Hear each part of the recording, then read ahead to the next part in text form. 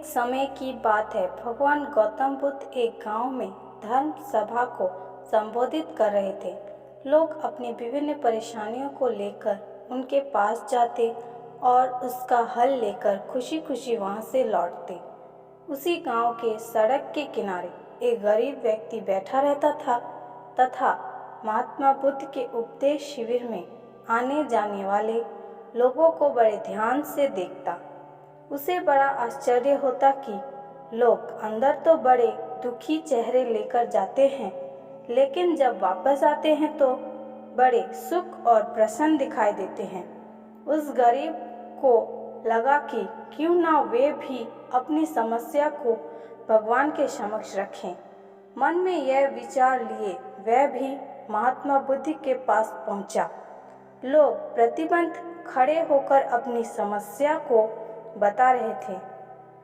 जब उसकी बारी आई तो उसने सबसे पहले महात्मा बुद्ध को प्रणाम किया और फिर कहा, भगवान, इस गांव में लगभग सभी लोग खुश और समृद्ध हैं, फिर मैं ही क्यों गरीब हूँ। इस पर उन्होंने मुस्कुराते हुए कहा, तुम गरीब और निर्धन इसलिए हो क्योंकि तुमने आज तक किसी को कुछ दिया नहीं।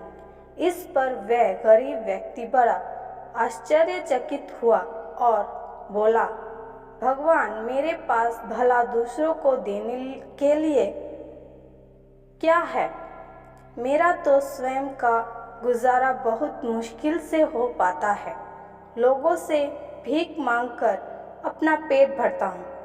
भगवान बुद्ध कुछ देर शांत रहे, फिर बोले, तुम बड़े अज्ञानी हो। औरों के साथ बांटने के लिए ईश्वर ने तुम्हें बहुत कुछ दिया है।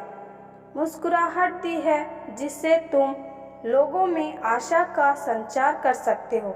मुख दिया है ताकि लोगों से दो मीठी शब्द बोल सकते हो, उनकी प्रशंसा कर सकते हो। दो हाथ दिए हैं, लोगों की मदद कर सकते हो।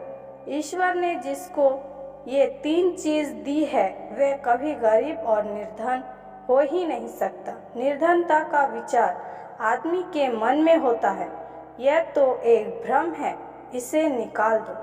कभी भी मन में निर्धनता का भाव उत्पन्न न होने दो, गरीबी अपने आप दूर हो जाएगी।